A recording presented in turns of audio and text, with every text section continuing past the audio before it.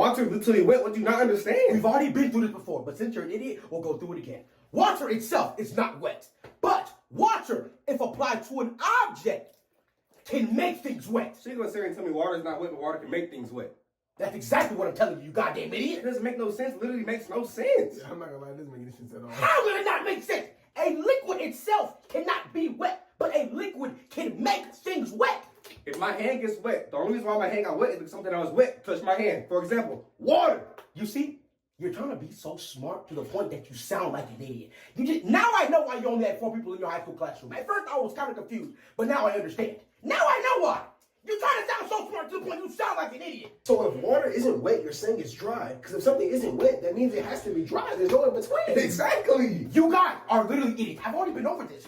Water is not wet and water is not dry. It is literally just water. That's it. That's where you're completely wrong. Everything in the world has to be considered wet or dry. Water can't just be water and it can't just be in the middle. That doesn't make sense. Okay, if everything has to be considered wet or dry, then what are you? As of right now, I'm dry. Exactly. And if I throw this water in your face will be wet, but the water will not be. First of all, the water will be wet, and second of all, you wouldn't do that shit.